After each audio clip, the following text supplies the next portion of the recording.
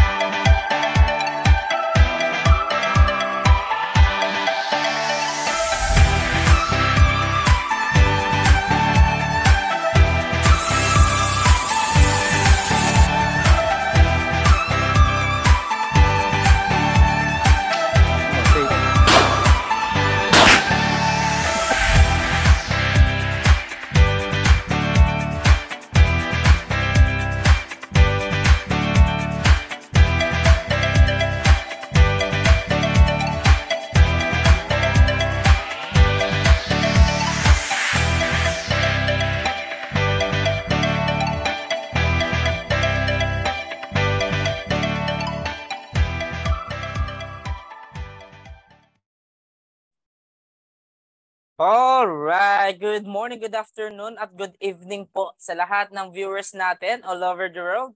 Again, and welcome sa ating BSD event of this Digital Associates, which is a basic skills for Digital Associates. And alam ko, excited na lahat na may mga bagong learnings dito sa ating Zoom event natin. At syempre, before po mag-start, gusto ko lang din muna magpasalamat sa ating napakagaling na host, sa napaka-warm welcome introduce sa akin dito sa community natin. At syempre yan, i-shoutout ko din muna yung mga viewers natin dyan na nanonood. At syempre sa mga leaders natin dyan sa offshore, offsite, and onsite digital associates natin dyan. Kindly. Yan. At syempre guys, kung ikaw excited ka na dito sa ating learnings, dito sa ating trainings, no? Maganda before po ako makapag-start, kailangan naka-ready. Okay, naka-ready na yung notebook, naka-ready na yung ballpen natin, no, which is itong ganito klaseng training, guys. Ito yung ako, gusto ko palakpakan nyo muna yung sarili nyo, no? Lalong-lalo na sa mga naka-attend po dito sa training natin. Yan. Napakaganda po na pag-uusapan natin. For sure, once na natapos itong event natin at once na masimulan mo, once na matapos mong event natin, for sure, talagang sunod na yung mga digital associates na papasok sa'yo. So, dito nalalaki yung community mo, no? So, everything na matututunan mo during this training, okay, kailangan na internalize mo mismo. Kailangan intindihin mo mabuti yung sasabihin natin ngayon, okay? Yan, excited na ba lahat? Okay, comment nga. Excited na ako. Yan, comment. Alright, ayan. At syempre, magsimula na po ako sa slides natin, and alam ko na excited na lahat yung mga viewers natin, no, na umattend dito sa training natin. So by the way, yung topic po natin ngayong gabi is all about basic skills for digital entrepreneurship, no? Ayan, so kindly wait lang po.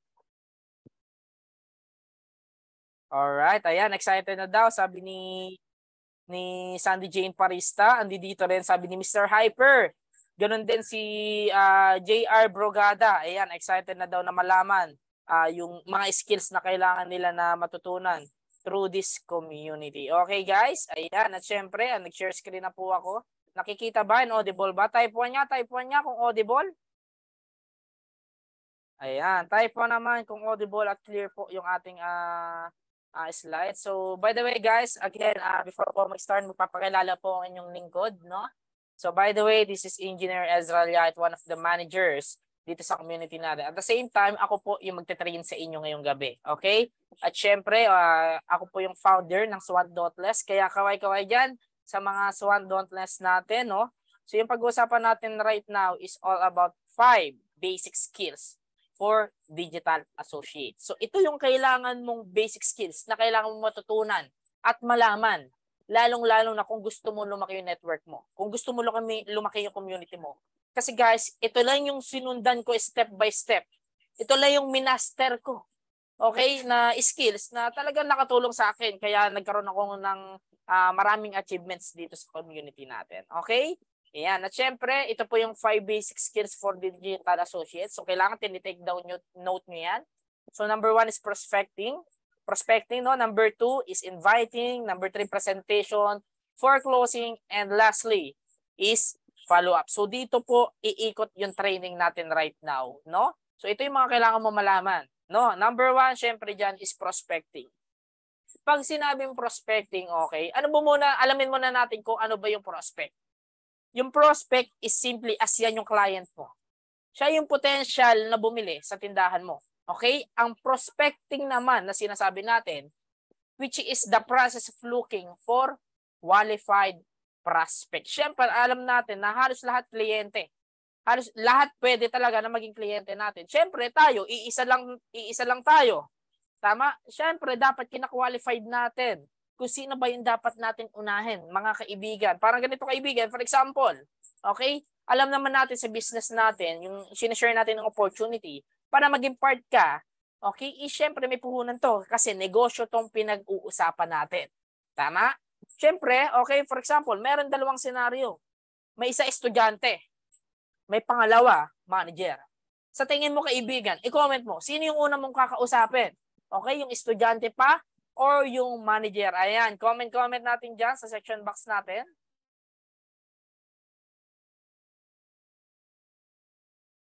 Ayan, sabi daw dito ni June, manager. Si Ma'am Glory Bella, shoutout from Macau. Ayan, manager.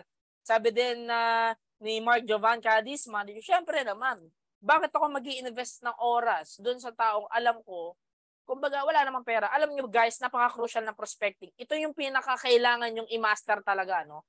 Kasi bakit? Alam natin na napakaganda ng opportunity natin. Tama? Pero syempre, kumbaga kahit gaano kaganda yung opportunity natin, kahit gaano niya i-clear, ma-present natin yung business, kahit gustong-gusto na sumali ng prospect o kliyente natin. Pero ito masakit, wala siyang pera. Yun po yung mahirap eh. Kasi guys, ganito kaya marami nahihirapan sa atin dito sa ginagawa natin, sa community natin. Hinahanap natin yung mga walang pera. Hinahanap natin yung hindi open mind. Through prospecting, dapat kina-qualified natin, inaalam na natin kung sino yung kailangan natin unahin. Parang ganito, sa mga babae. Okay? Napakarami na naliligaw sa inyo. Kumbaga sa aming mga malalalaki, be the best man win. Yan. At syempre, kung ikaw yung babae, hahanapin mo, kina-qualify mo din yung mga manliligaw mo. Sino ba yung sa tingin mo na tutulong sa iyo sa pag-asenso ng buhay mo? Siya ba yung makakatulong sa iyo na hindi ka gugutumin? Ibibigay yung mga bagay na gusto mo? O doon ka sa tao na alam mo yun, walang pangarap sa buhay, walang trabaho. So meaning, kina-qualified mo kung sino yung sasagutin mo. Hindi sapat na mahal mo lang in reality. Ganon din sa business natin, mga kaibigan. Through prospecting, alamin natin kung sino ba yung qualified. Okay? Dito sa community natin. Ang hanapin natin yung gusto. Huwag natin hanapin yung ayaw. Okay, ayan. At syempre, yun nga, since alam na natin kung paano maghanap ng prospect, alam na natin kung qualified ba yung prospect natin, okay? Meron tayong tinatawag na 2 types of prospect. Okay? Ito po yung dalawang klase ng prospect natin. First is warm market, and then second is cold market. Ayan. At syempre, ano ba yung warm market natin? Ito yung case system natin. Okay? Ano ba yung case system? Okay, comment mo nga hashtag case system. Ayan. Ano ba yung case system natin? Yan yung kaibigan, kamag-anak, kaklase, kumpare, kumare, even mga kamarites natin. In short, mga kakilala natin. Ano-ano pa ba yung lahat nagsisimula ng K? Kapitbahay, kaibigan. Ayan na. Mga kamag-anak mo, kapinsan mo, kaklase mo, okay, kabatch mo, ka-schoolmate mo, lahat ng ka-K o lahat ng kakilala mo. Yan yung tinatawag natin na warm market. At syempre guys, sa totoo lang, no, for sure, marami nakaka-relate dito. Kung sino-sino pa yung mga una na ina-expect natin na maging part at sumuporta sa atin dito sa community natin. Pero yan, nung unang-una na magda-down. Ayan, hashtag relate nga. Kung relate tayo, comment dyan. Hashtag relate, no? Which is ang kagandahan kasi guys, ang kailangan natin unahin dito is yung warm market. Ang goal natin, ipaalam natin sa kanila na may ginagawa tayo dito sa community natin. Ipaalam mo lang sa kanila, okay, na part ka na ng SAI. Sa ayaw at sa gusto na, for example, na-introduce mo sa pinsan mo, okay, yung community natin, pero ayaw niya sumali. No? Pero may kaibigan siya na inintroduce din sa kanya itong ganitong klaseng community natin. Then doon nagbukas nung kaisipan niya na ay maganda pala yung community natin, maganda pala dito sa SAI community. naisip ko na ito pala yung ini-introduce sa akin ng pinsan ko. No? So meaning, dahil kakilala mo siya, no, kumbaga connected kayo sa isa't isa, kaibigan. Sa'yo at sa gusto mo, ma-introduce man yan ng iba at nagustuhan. Sa'yo at sa sali yan. Ganyan kaganda. Kaya ang goal natin, hindi natin, kumbaga, mapo-join agad sila o maging part na community agad. Kumbaga, bonus lang yun. Pero ang first part talaga na kailangan natin gawin is paalam sa kanila. Itanim sa kanila na may ginagawa tayo sa community para darating yung time, hindi man sila sumali ngayon. Okay? Darating yung on time. Once na magustuhan nila, is tayo yung unang maaalala nila. Ayan, kasi nga sabi nila, nababago ang desisyon depende sa sitwasyon. Kung ngayon mga kaibigan, okay? Kung ngayon mga kaibigan, hindi pa sila supported sa atin, hindi pa nila nakikita kung gaano kaganda dito sa community natin. Pero darating yung time, magbabago ang isip nila. Ayan, comment nga #learning kung may nasusundan po at may natututunan na bago dito sa community natin. Alright, yan. At syempre, ito naman yung tinatawag natin na cold market. Kung may warm market, ito yung temperature marketing o temperature type of prospect natin dito sa community natin. Pag sinabi naman cold marketing prospect is simply talking to someone you do not know. Meaning, hindi mo kakilala, in short. No? Ito yung mga nakikilala lang natin through internet, ayan, through TikTok, ayan, kaway-kaway sa mga cold market natin dyan. No? So, imagine guys, kahit kakilala mo, hindi masyadong nagiging part ng community natin. Pero, karamihan na magiging part ng community natin is cold market. Tanungin nyo kung bakit. Yan, simple lang. Kasi bakit? Ang cold market, hindi po yan nauubos. Every day, okay? May bagong sinisilang. No, ang warm market natin, nauubos natin yung kakilala natin eh. Kaya marami po na magiging part ng community natin is yung cold market. Kasi yung cold market po, hindi nauubos. Gaano ba karami ang Pilipino dito sa Pilipinas? At ang good news ko sa inyo, yung market po natin dito, hindi lang Pilipinas, buong mundo. Okay? Kaya kung ikaw, sa mga viewers natin dyan, i-comment mo nga kung saan bansa ka para makita ng ibang partners natin kung gaano kalaki yung market natin dito sa community natin. Yan, comment kung saan lugar kayo, kung saan bansa kayo. Yan, si Ma'am Glorabel from Macau daw. Yan, ingat po at shoutout sa mga team Macau natin. Yan, sa mga team Hong Kong natin dyan, shoutout sa inyo. Yan, from Saudi Arabia, from Japan, yan, from Saudi, more on Middle East para yung mga partners natin. Yan, from Saudi, si Ma'am Gwen, no? Even kila Tita Elizabeth, nasa Milan. Yan, Kuwait, sila Mark Jovan Cadiz, no? So grabe guys, try to imagine, habang tayo andi dito sa Pilipinas, pero yung market natin, buong mundo. Meaning, the more na mas malaki ang market, the more na mas malaki ang pwede mo kitain. Okay? Yan. At syempre, tuloy-tuloy na natin to. At syempre, dito sa prospecting natin, para malaman natin kung qualified ba yung prospect natin, may tinatawag tayo na choose your best man. Hindi po tamang lalaki ha. Yan, i-clear ko lang. Yung best man po na hinahanap natin, which is yung man na yan, may ibig sabihin yan. Ano ba yung ibig sabihin yan? M stands for money, A for authority, N for need. Okay? Ano ba pag sinabing may money? So meaning, pag may prospect ka, may kliyente ka, aalamin mo sa kanya kung may man siya. Aalamin mo sa kanya, ito yung mga bagay na to. Okay, pag sinabi natin M, money. Okay, pag sinabing money, aalamin mo na sa kausap mo kung may source of income ba siya. Kung may pumapasok na income sa kanya through this community. Okay, para lahat natin malalaman kung may money siya. Una-una, trabaho. Pangalawa, negosyo. Okay, pangatlo, franchise. No, so yan po yung mga klase na may mako-consider natin as may money yung kausap natin. A naman, ano ba yung A na yan? For authority. Ano ba pag sinabing authority? Yan po yung may mga influence. Yan po yung may mga position. Yan yung po yung may mga connections. Maraming kakilala ng mga matataas na tao. No? So yan po yung masasabi natin na authority. Ano pa pag sinabi may authority? Parang ganito mga kaibigan. For example, ako yung trainer nyo ngayon. Kayo as an student. Okay? Kayo yung nakikinig sa akin, ako yung nagtuturo. Kaya guys, kumbaga may authority ako sa inyo na magpa-comment ako dyan sa section box natin, sa comment section natin. Kasi bakit? Ako yung trainer, ako yung may authority. Meaning, madali makapagpasunod. Same thing sa pagpa-prospect natin. For example, isang presidente ng isang organisasyon. once na magpatawag ng meeting yan, for sure, yung mga members niya, mga partners niya, susunod at susunod talaga yan through this community natin. Ayan. So, yan. At syempre, i-shoutout ko lang din yung mga viewers natin. Yan. Shoutout kay Ma'am Josinet Misal from Singapore. Kay Ma'am Mavilla from Kuwait. Ayan, nandito din si Park Yang. Si Park Yang, mukhang sa ano to mukhang nasa Korea to no? Yan. At syempre, sa offsite natin, si KZ Jane. Yan, puro team generals yung mga viewers natin right now sa Facebook natin, no? So yan po yung authority na tinatawag natin through this community. Ayan, nawala. Sorry. Nagkaroon tayo ng technical error. Yan, pero tuloy-tuloy na natin. Itong need natin, ano ba yung pag sinabing need? Pag sinabing need, yan yung mga pangangailangan ng prospect natin. For sure, lahat ng tao may pangangailangan. Depende na lang yan, no? Kasi dito, once na dito sa community natin, para malaman natin kung ano ba yung need ng prospect natin, dalawa lang yan. It's either product or it's either negosyo.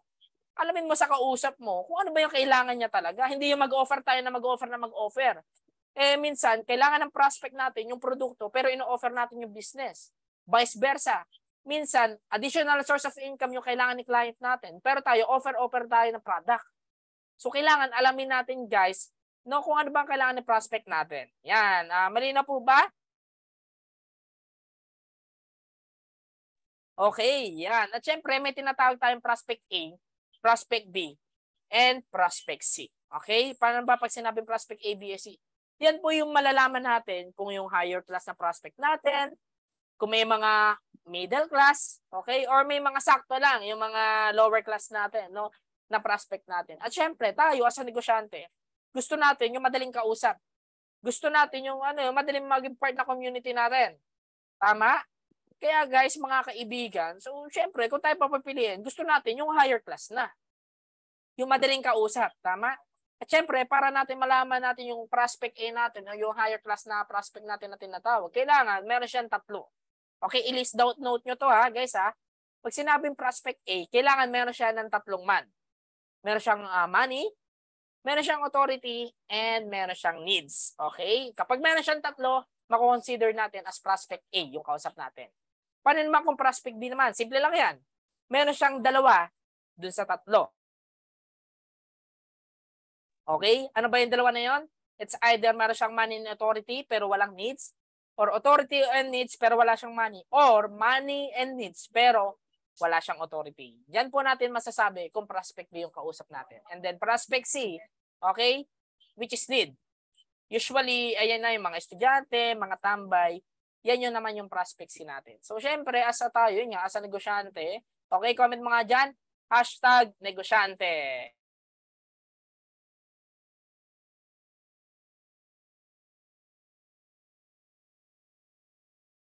Ayan, sabi ni PCI founder, negosyante, Daisy, Sheila, negosyante, okay? Yan tayo, gusto natin yung ang priority natin, kumbaga ang target natin, which is yung natin, prospect A. No? And then dito naman, may tinatawag tayo na prospect list. Paano ba pag sinabing prospect list natin? As a prospect list, sabi nga dito, an edge of pencil is always sharper than your mind. Alam naman natin kung gaano kakaganda ang listahan. Unang-una, pag may listahan ka, wala kang makakalimutan. Parang ganito. For example, sa mga mamis na nanonood dyan, yan, mga namamalengke yan, nag-grocery, kumbaga. Tama? Unang-una, bago ka mag-grocery, anong ginagawa mo? Nilalagay mo sa listahan. Sinusulat mo yung mga kailangan mong bilhin. Kasi bakit? Okay, comment nyo nga kung bakit napakalaga na listahan natin. Comment.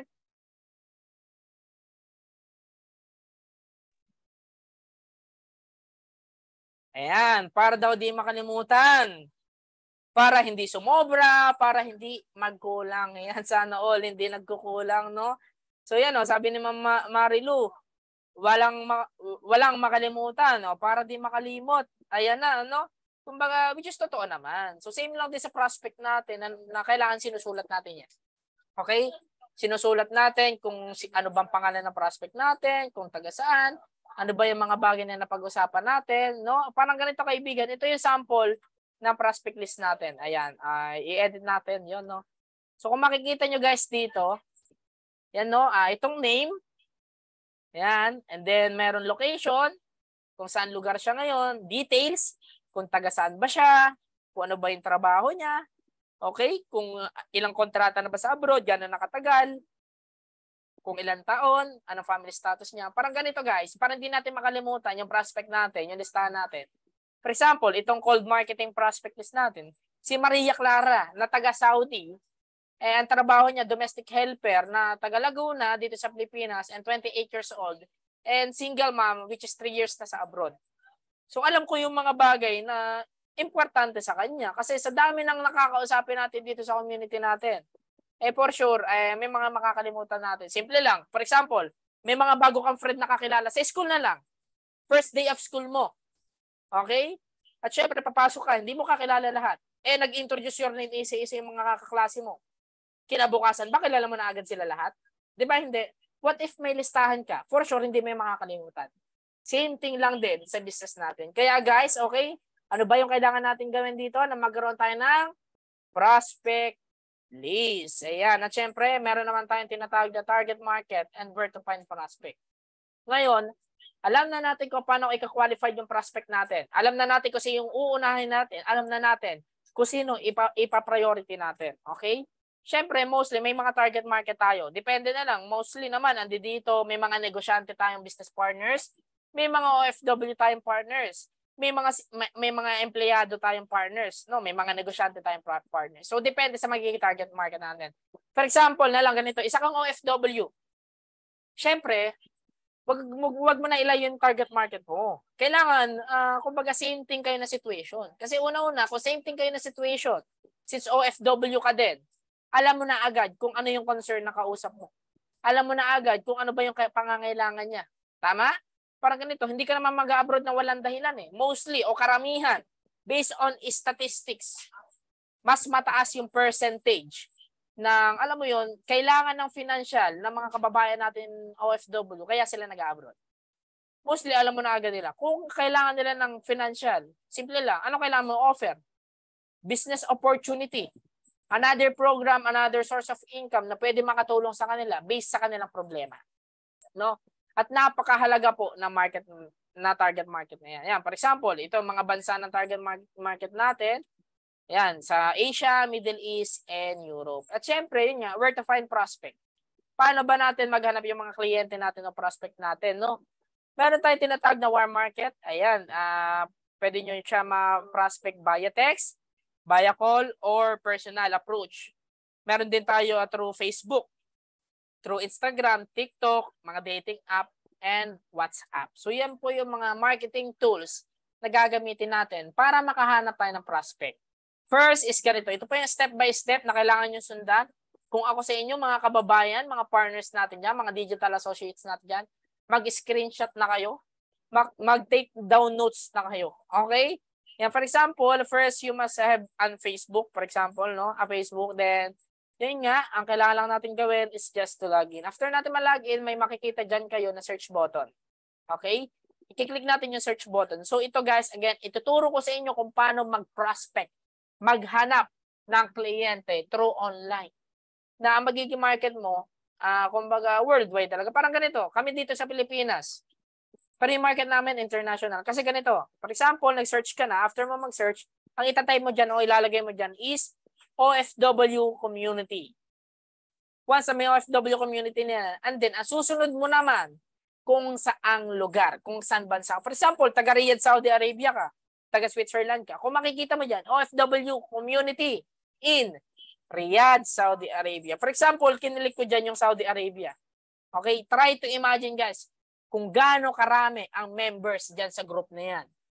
43,000 members. Ganon karami. Okay? Kung ako, kumbaga, sasali ako dyan sa group na yan, kung nasa Riyadh, Saudi ako, karamihan po nandiyan dyan for sure, mga nasa abroad, nasa Riyadh, Saudi Arabia. Kasi, okay, yung goal po, kaya naggawa ng group na yan, para magkakilala yung mga taga Riyadh, Saudi Arabia. So, yan po yung mga kailangan natin hanapin. Again, OFW community, kung saang lugar ka ngayon. Okay? At syempre, dito naman, for example, nag-posting ako. Ayan, kung makikita nyo yung post ko. Yan, meron kasi akong tinatawag na engagement post. So, ang goal ko, kaya ako nagpo-post mapakomment at mapareact ko yung mga tao. Kasi through that, diyan ako mamimingwit, okay, nang pwede kong makausapin dito sa community natin, no? Kasi mostly kasi hindi na guys tayo ng mga traditional digital business o digital business na ikaw na yung magtatao-tao, ikaw na yung magchat-chat sa tao. Guys, through this social media platform, may tinatawag tayong attraction marketing. Paano ba pag sinabing attraction marketing? Simple lang. Ina-attract mo yung kausap mo na sila na mismo yung lalapit sa atin. Ganun siya kaganda. Ay kung makikita nyo, ang goal ko, kaya ako nag-post sa group na to, simple lang. Kasi unang-una, ang goal ko hindi para maghanap ng kadate. Hindi para maghanap ng kalandian, kajowaan, or kaibigan lang. Ang goal ko, kaya ako nag-post dyan, ma-introduce ko yung business natin. Tama? Okay? So yan, makikita nyo, i-click ko yung mag-reacts tsaka yung mga comment. Mapapansin nyo guys, napakarami na nag-reacts at napakarami na nag-comment. So, nang dahil sa ganyang, kumbaga strategy, nakukuha ko yung mga prospect natin. Yan, ang dami nang naging part ng community natin through that. So, hindi naman ito naging masama, i-clear ko lang, no? So, ang goal mo lang kasi, nagbibigay tayo na napakagandang opportunity eh. Tama? So, ang goal natin, i-share ang napakagandang opportunity at kung ano ba yung meron dito sa SWOT Alliance International. For example, another target market natin, ito naman yung mga job hiring o mga part-time job. Pag mga local partners natin, no? Yan, for example, posting din kayo sa mga groups natin. Yan, for example, no? Looking for, naghahanap ng mga additional pagkakataon. Ayaw mo ba mag-call center kasi hindi ka magaling mag-English? Good news. This is not a call center. But we are looking for 30 Filipinos who can communicate with our local clients. So in short, naghahanap tayo ng mga tao na makikipag-communicate sa mga local clients natin. Kumbaga, mga ganyang posting lang, makikita nyo kung gano'ng karaming comment. 118 comments. Ganyan kaganda at ganyan kadami ang prospect natin through Facebook. Gaano ba karami nagfe-Facebook? Gaano ba karami nagti-TikTok? TikTok. Why not? Okay, yung mga tao na ginagamit yung social media na yun, turuan natin sila, okay, ganito lang gagawin natin mga kaibigan. I-educate natin sila. Okay, na pwede nila gamitin ang social media platforms na pwede nila pagkakitaan. Okay? At syempre, ayan, ito po yung mga personal tasking nyo. Yan, may tasking po tayo, kumbaga ito yung assignment natin sa inyo. At for sure, once na ginawa nyo itong tasking na to, talagang makakatulong ito sa pag-business nyo. Kumbaga, ito yung monitoring nyo eh. Ito ang gagawin natin guys na tasking. And even sa mga team leaders natin dyan, ang kanya-kanyang team, no, i-monitor nyo po yung mga partners natin na list down 100 prospect list through warm market. Yung mga warm market natin, ilista natin. Yung 100 ba marami? Sa totoo lang, napakaunti po ng 100 na yan. Paano ko nasabi? Parang ganito. Okay? Para hindi kayo mahirapan. Okay, sa pagpa-prospect list o paglilista ng prospect, yung 100 na yan, napakalit na yan. Di ba? For example, ikaw, may mother side ka, may father side ka. Unahin mo muna si mother side. Si mother side, ilan yung kapatid? Ilan yung kamag-anak? Ilan yung pinsan? Ilan yung pamangkin? Doon pa lang, ubos na yung 100 na yan. Tama? O sa father side naman, pag naubos na sa mother side. Ganun lang din. Sa father side o mother side, alamin mo yung kapatid, kamag-anak, pinsan, pamangkin.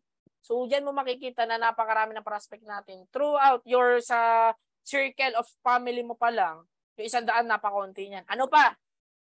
Simula kaklase mo, simula elementary hanggang college, kung ano man yung status mo, through educational attainment mo, pwede mo ilista yan. Mga naging kaibigan mo, kapitbahay mo, nakasama mo sa accommodation. Ngayon mo sabihin sa akin, kaibigan, na bakit tayo nawawalan ng kausap? No? Kumbaga minsan ang problema natin sa sarili natin, hindi naman talaga, kumbaga available na sila. Available na yung tools. Kaya mga kaibigan, wag tayo mahiya na i-introduce sa kanila yung community natin. No? Kasi yung iba, kumbaga inaantay lang sila na ayain mo sila. Baka ito masakit kaibigan pag naunahan ka ng iba. Kaya kaibigan, maglista kayo ng prospect list, then sa paglilista nyo, isa-isahin nyo na. For example, nauna, ang unahin natin, for example, si Georgeline Rubis, yan, si Georgia, unang prospect ko. So si Georgia, nilista ko sa prospect list ko, then kung ano ba yung mga bagay na napag-usapan natin sa kanya. For example, si Georgia, magpapadala daw ganito sa katapusan. So may note ka kung kailan siya magpapalabas. So, for example, Second prospect ko naman, si Princess. Okay? Si Princess naman, ang napag-usapan namin, partial payment bukas. So, alam ko yung mga bagay na napag-usapan namin. Kaya napakalaga na listahan. Kaya guys, yung prospect list natin, yan yung susundan natin o guidelines natin kung sino ba yung mga bagay na kakausapin natin dito. Yan. So, tapos na po tayo sa first basic skills natin. Okay? I-comment mo nga kung anong first basic skills natin. Sa 5 basic skills natin. Comment mo nga.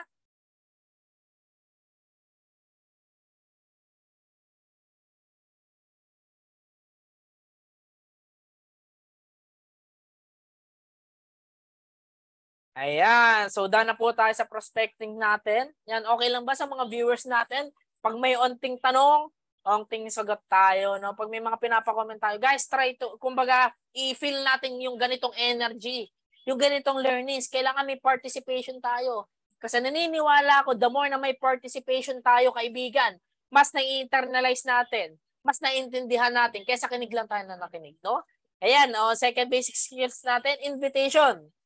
Ngayon, may mga prospect ka na. Pero itong big question sa atin. Okay? Paano ko ba ma-introduce yung business sa kanila? Mostly ganito kung bakit nahihirapan yung mga partners natin. Takot mag-invite. Again, guys, huwag kayong matakot mag-invite dito sa community natin. Huwag kayong matakot mag-promote at mag-set ng appointment dito. Kasi bakit? Unang-una, through this invitation kasi, unang-una, wala tayong ginagawa masama. Kumbaga, mas nga dapat sila yung mag-eager na ma-invite sila. Kasi bakit? Simple lang. Nagbibigay tayo ng changing lives opportunity. Meaning, pwede magbago yung buhay nila sa pamamagitan ng SAI community natin. Okay? Kaya wag tayo mahiya ma-invite. Gusto ko after this event natin, after this live orientation natin, okay, live training natin through Zoom, gusto ko ibang class ka na. Gusto ko sunod-sunod na yung mai-introduce mo dun sa mentor mo o sa coaches mo dito sa community natin, no? Kasi yun nga, mga kaibigan, wala tayong ginagawa masama at ang kagandahan dito, nag-share pa tayo ng life-changing opportunity. Okay? So, paano ba yung invitation na yan? Okay? At syempre, be creative sa pag-i-invite. Okay? Paano ba maging creative? Isipan natin ng way kung ano ba yung gusto ng, kumbaga, ng mga prospect natin. Parang ganito, kaibigan. Okay? Yan. Sa pagiging creative, mag-posting ka. Looking for clients na sasagot sa mga digital associates natin. Okay? Local only o pure Tagalog. May mga tao na mismo na, kumbaga, may mga ganitong skill. Kaya guys, kailangan ilista nyo to. For example, sa pag-invite, oy nga pala, may orientation kami ngayon. Attend ka naman kasi titignan ko kung maganda rin yun. Baka makatulong din sa'yo. Alam mo yun? So, kailangan maging creative tayo sa pag-i-invite natin. At syempre, ito yung mga bagay na kailangan nyo gawin. Okay, use the Ford technique. Alamin mo yung mga bagay na to. Alamin mo yung family niya, occupation, recreation, and dreams. Yan. Okay, comment nga natin. #Ford. Okay, comment. Comment,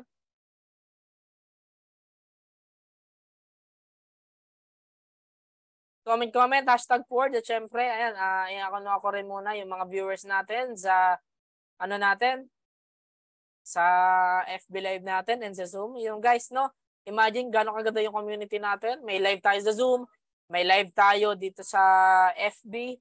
Ayan, yung mga partners natin dyan, just stay tuned, no? Ayan, at syempre, ano ba yung Ford na tinatawag na yan nga? Para mamalaman yung family. For example, ganito, si friend A mo, for example, si Lance. Alamin ko yung family background niya. For example, si Lance pala single dad siya. No? Then meron siya palang 3 anak. Through that, alam mo na kumbaga nakakakonek ka sa kanya. Kasi alam naman natin na pag sinabing family, ibang usapan yan.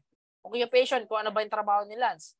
For example, ganito, ang trabaho pala ni Lance is isang construction worker. No? Is a single dad. So, mapapaisip na tayo na as a single dad, paano niya na tutulungan o nasusuportahan yung family niya sa sakto sahod lang. So, dun pa lang, alam natin kung paano ipapasok yung business natin. Okay? Recreation. So, pag sinabing recreation, yan yung mga bagay na willing o interest yung prospect natin. Yung mga hobbies na tinatawag. For example, paano ba malaman natin yung recreation na kausap natin? For example, inisto ko si Lance sa Facebook natin. Nakita ko yung cover photo niya. Mahilig siya sa bike kasi bike yung cover photo niya. So, meaning, doon kami magbababa, doon kami mag-uusap. Kasi naniniwala ako kapag interest natin pag-usapan yung isang bagay, bababad tayo. Huwag agad natin narektahan na business agad yung usapan. No? At syempre, yung dreams nila. For example, napakalaki ng mga pangarap nila sa buhay, pero hindi nila alam kung paano abutin. So we have something na pwedeng offer sa kanila. At syempre, remember these 3 things. Ito yung 3 bagay na kailangan nyo tandaan dito sa invitation natin. Find the problem, highlight the problem, and offer a solution. At syempre, kaibigan, yun nga. For example, ganito, bibigyan ako ng senaryo sa inyo. Alamin muna natin yung problema ng prospect natin. Kasi again, hindi tayo pwede mag-offer sa kanila. Tama? Parang ganito. For example, meron akong friend from OFW from Saudi na nag-uusap kami. For example, ganito, through leading questions, through pagtatanong, nalalaman ko yung problema na. Parang ganito. Ayan, syempre, hahanap ako ng name sa mga na-on-cam natin. For example, yan, si Ma'am Glory Bell. Si Ma'am Glory Bell is an OFW from Macau. Then, kausap ko si Ma'am Glory Bell, no? Yan, hello Ma'am Glory Bell, and ano po pala ang dahilan kung bakit nag-abroad ka? For example, sinagot ni Ma'am Glory Bell na ito kasi kulang yung financial ko sa Pilipinas, so kaya napilitan ako mag-abroad. So sa ganung usapan pa lang, alam mo na agad yung problema niya. Anong problema niya? Financial. Tama? At syempre, alam na agad natin kung ano yung pwedeng i-offer sa kanila. Kung true financial ang problema nila, okay? Pwede mo na sila operan. But wait, wag muna natin offeran ng solution. Offeran ng solution, no? Wag muna natin offeran ng solution since alam natin yung problema. Kung kulang na yung financial niya, paano ganito? Iparamdam pa natin na may problema talaga siya. Kung kulang yung financial niya, parang ganito, ang pwede natin gawin, what if ganito, Ma'am Glory Bell? What if may dumating na emergency? Kung kulang yung sahod mo o sapat lang yung income mo, yung paano po pag may mga biglaan dumating na hindi natin inaasahan? So yung prospect natin, yung kliyente natin, mapapaisip doon. Oo nga, no? What if may mangyaring ganun? Hindi ako ready. So kung ganun na napaisip na sila, na may problema sila, na kailangan pala talaga nila maghanap ng another source of income, simple lang. Ang pwede natin gawin, offeran na natin sila ng solution. Nga pala, Ma'am Glory Bell, di ba nabanggit pa sa akin na kulang financial ka, na kulang yung source of income mo? Actually, may ginagawa ko ngayon na baka pwedeng makatulong sa iyo through invitation. Okay? Meron tayong rule dyan. Ang rule natin, kumbaga, kung ano yung kailangan ng client natin, yun yung ibigay natin. Huwag yung personal na kailangan natin. For example, no, si client natin, kailangan niya ng source of income. So meaning, yun yung ibibigay niya natin sa kanya, kung ano ba yung mga bagay na kailangan niya, no? At syempre, ito yung mga gagawin natin at mga hindi natin dapat gawin. Do's. Ano ba yung mga gagawin natin dito? Gamitin at i-master ang script na ibibigay namin sa inyo. Okay? May mga script po kami na ibibigay sa inyo. Don'ts. Ano ba yung mga dapat iwasan natin o hindi dapat gawin? Huwag sabihin na networking, huwag sabihin na benta, huwag sabihin na invite, huwag sabihin na recruit. Kasi bakit? Simple lang mga kaibigan. Kumbaga, gas-gas na itong mga term na to. Pag nasabing networking na, patay na. Recruit yan, no? Recruit. Benta-benta yan, no? Ayaw ko ng ganun. So, kumbaga, ito yung mga dapat natin iwasan. No? Ang gagawin natin, papalitan natin siya ng term. Hindi naman natin na inalis yan. Okay, hindi naman totally alisin, papalitan lang ng term. Hindi po, ang kailangan nyo lang po dito is just to promote and set ng appointment. Kami na po yung magbibigay ng script sa inyo. Hindi ka po mag-recruit dito. Kasi bakit? Ibang recruit na ikaw mismo yung magpa-personal na kausapin yung tao versus sa sila yung magda-direct approach sa'yo. So magkaiba yun. Okay? And at syempre, ito po yung kailangan nyo i-master na script. Kung ako sa inyo kaibigan, screenshot, isulat nyo na yan. Ayan po yung master the script natin.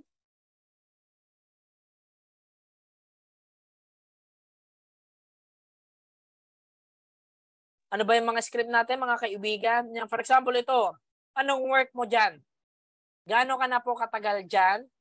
No, so ito yung mga script or leading questions na kailangan mo. Kasi ganito, for example, nasa flow tayo ng conversation. Gaano ka na po katagal sa work mo? So matagal ko na po ba lang nagwo-work? Siguro malaki na din po yung ipon nyo. Kasi ito for example, actually wala nga ang ipon eh. Almost 5 years na ako, 10 years na ako dito sa abroad. May naipon naman ako. Kaso, resibo. Ayan, usually yung mga naririnig natin sa mga kababayan natin, no? So through that, questioning o leading questions, alam na natin kung ano yung i-follow up natin, regardless kung ano yung sagot nila. For example, ganito, yun nga yung sagot nila sa malaki ipon. Wala talagang naiipon. Ito yung pwede nyo sagot. Alam nyo po, ayan, highlight natin. Alam nyo po, naintindihan ko po kayo.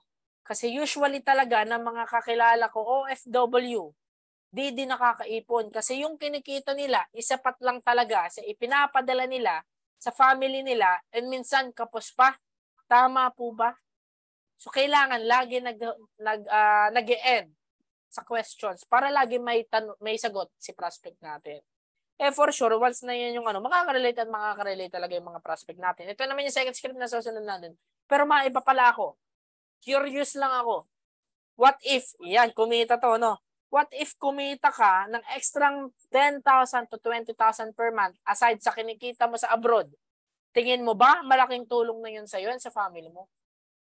Meaning, bukod doon sa trabaho nila, ino-offera natin sila kung may 10,000 to 20,000 per month sila na kinikita part-time. Siyempre, sino ba naman yung ayaw na 10,000 to 20,000 part-time income? 10,000 to 20,000, napakalaking tulong sa atin. And then ito yung sunod mo sasabihin. May nalaman kasi ako na way o paraan para kumita ng mas malaki. Okay lang ba i-share ko sa inyo? Siyempre tayo, as naghahanap ng additional na pagkakakitaan, oo, tayo. Hanapin natin yan.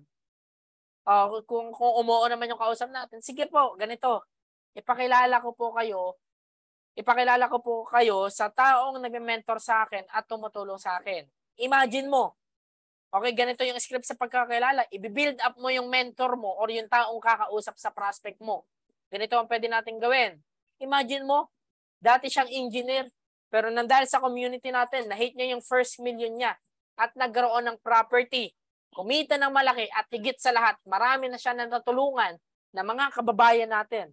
At siya po yung may karapat-dapat na magpaliwanag ng negosyo. Pakilala po kita sa kanya. Okay, ang trabaho mo lang, kaibigan, is just to set the appointment doon sa mentor mo, doon sa coach mo. Ipapakilala mo lang yung kausap mo sa kanya. At syempre, once na na-build up mo na ng ayos, meaning na-build up, imagine, dati siyang engineer din yung mga achievements niya. Hindi pa niya nakikilala yung mentor mo. Na dahil nasabi mo sa kanya yung mga achievements niya, mapapabilib na siya na kahit hindi pa niya nakikita. Simple lang. Ang prinsipyo po ng build up natin. Okay? Once na ma-build up mo yung mentor o yung coach mo, hindi pa yung nagsasalita, mataas na agad yung tingin. Once na mataas na agad yung tingin, simple lang, makikinig at makikinig yung prospect mo dun sa mentor mo, no? So, ganito mga kaibigan, ang good news naman sa iyo, ang trabaho mo lang bilang bago is mag-invite and mag-refer, hindi mag-present ng negosyo, which is part namin yon.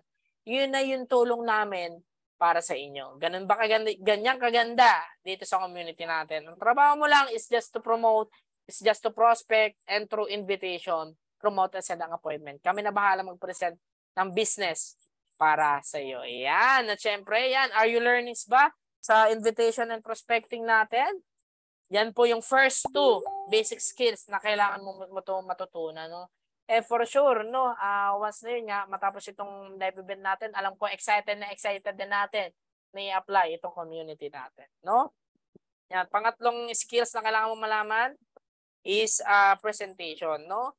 Pero yun nga, kami na po bahala mag-present sa iyo sa simula.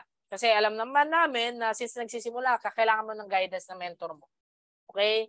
So, ganito po yung gagawin natin. O para kung, for example, ikaw, gusto mo mismo na ikaw na mismo yung mag-present. Kasi kaibigan, what if ganito, may schedule yung mentor mo, pero yung that time lang, yung availability ng prospect mo. So, dapat, sa gusto natin, kahit kay mentor tayo nagpapapresent, kailangan mismo, this is our own business.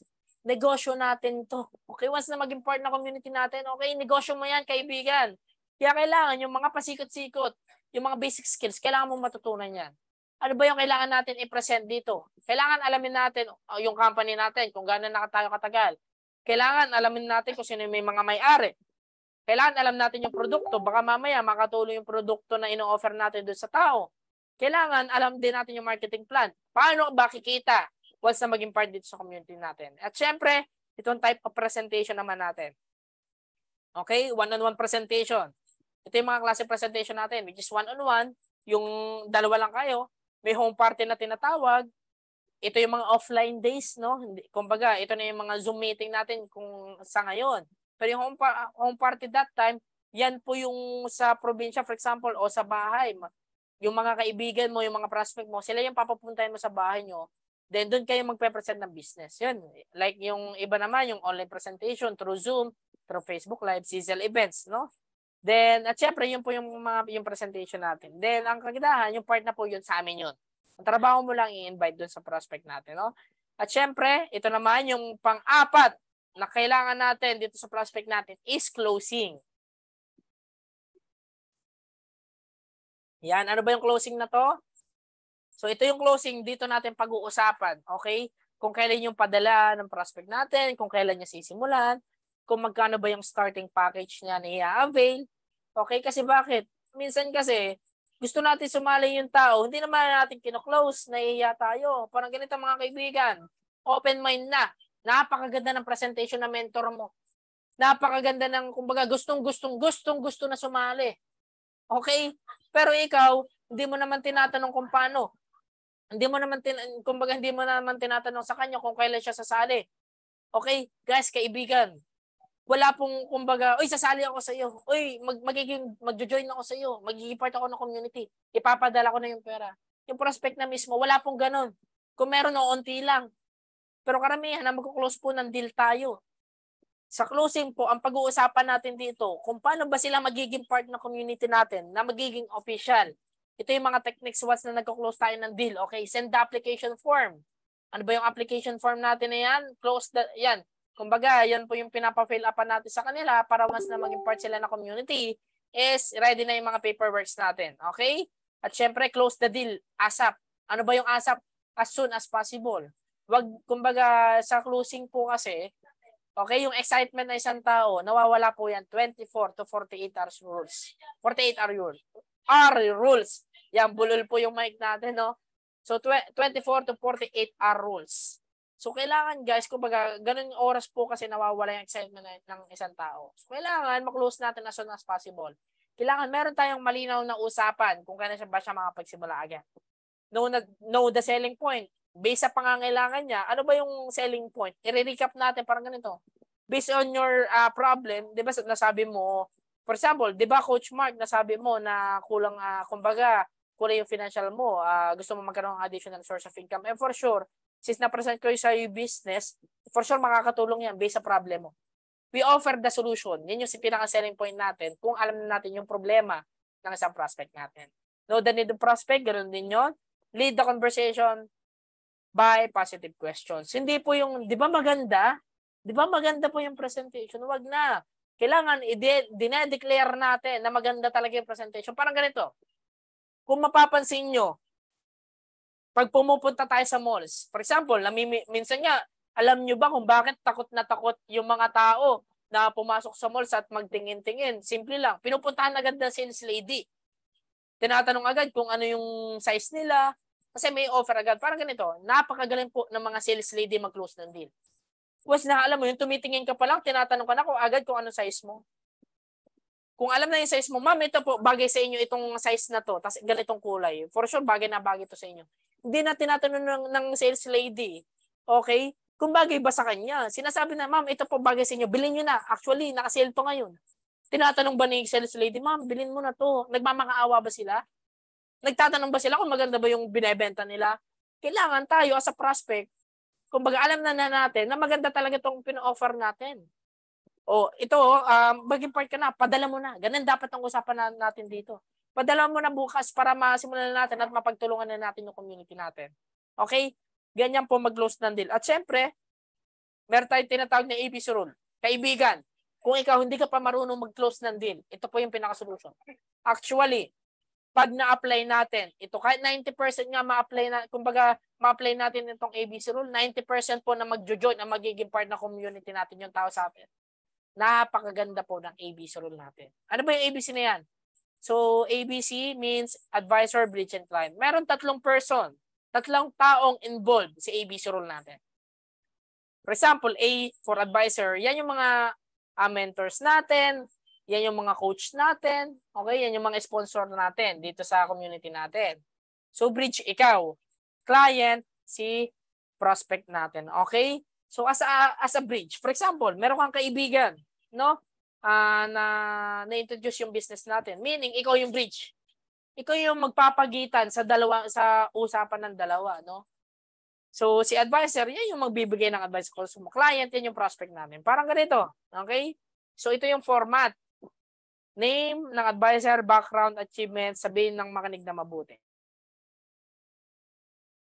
So, para ipakilala natin si prospect natin, ito po yung sasabihin natin sa kausap natin. Okay? For example, ito po yung mga scripts na kailangan natin gamitin. Ay nga pala, prospect, yung mentor ko pala na ipapakilala ko sa iyo. Again, dati siyang engineer, pero dahil sa community natin, na yung first million niya at nagkaroon ng property, kumita na malaki at higit sa lahat, marami na siya na natulungan ng mga kababayan natin at siya po yung may karapat-dapat na magpaliwanag na negosyo. Pakilala po kita sa kanya, makinig ka ng mabuti. Kasi guys, naniniwala ako, ito yung build-up na kailangan mong gawin. Kailangan i-ABC mo sa prospect mo. Kasi bakit? Hindi natin maiiwasan. Kaya lang naman ako pinapresentahan nito. Kasi bakit? Gusto niya kumita eh. Siya lang naman yung gusto kumita.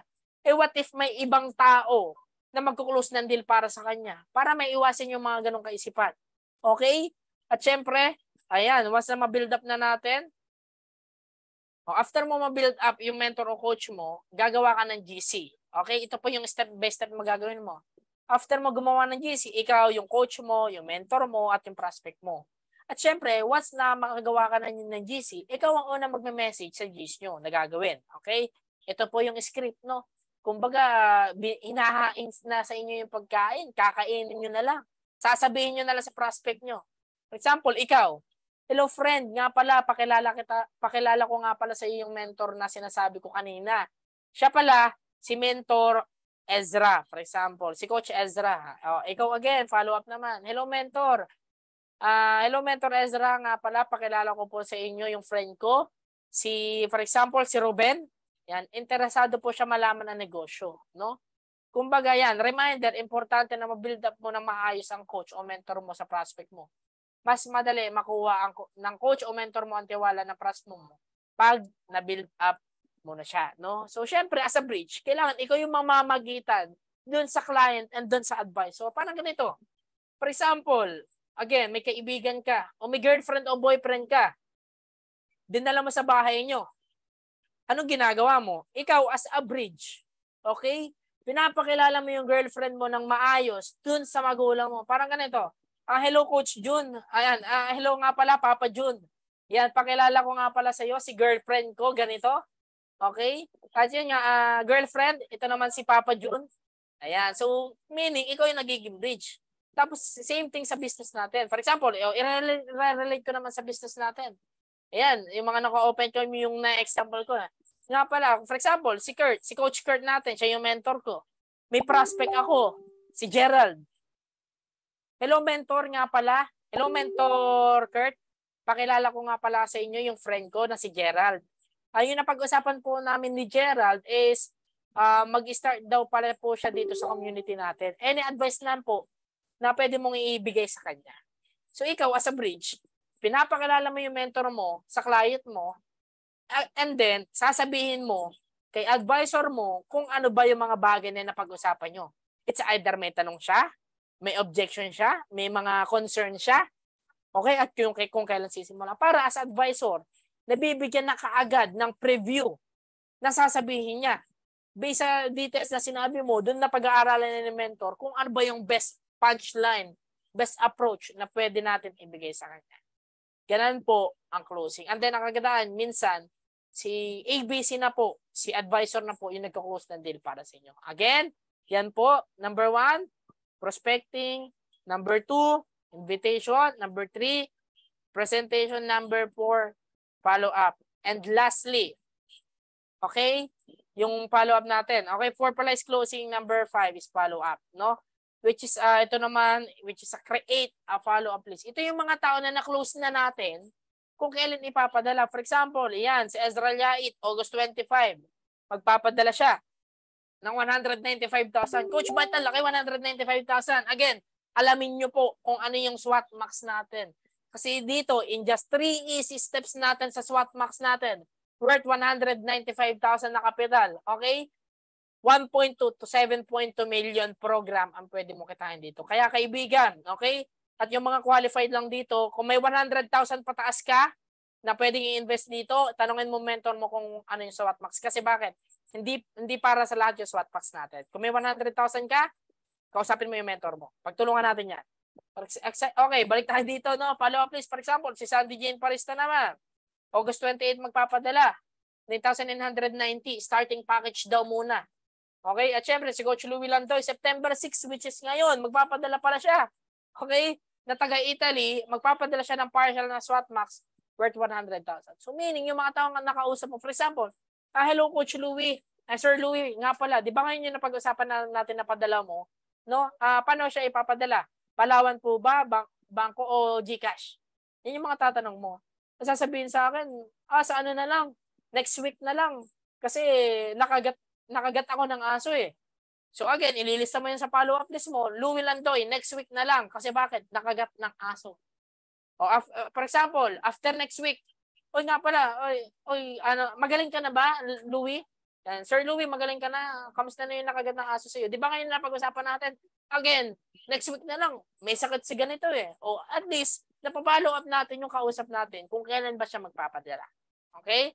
Type of follow-up. Ano ba yung mga klaseng follow-up? Guys, once na nagpa-follow up tayo, okay? Hindi lang puro negosyo. No, hindi lang puro negosyo. Wala po tayo sa pautangan, kaibigan. Ay nga pala, di ba, padala mo na yung pera. Wala po tayo sa pautangan.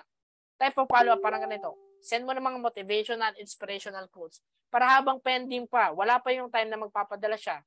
Kumbaga, nag-iinit pa rin, nag-iinit. Yung excitement nga dito sa community natin. Ano ba yung mga pwede mong i-follow up natin?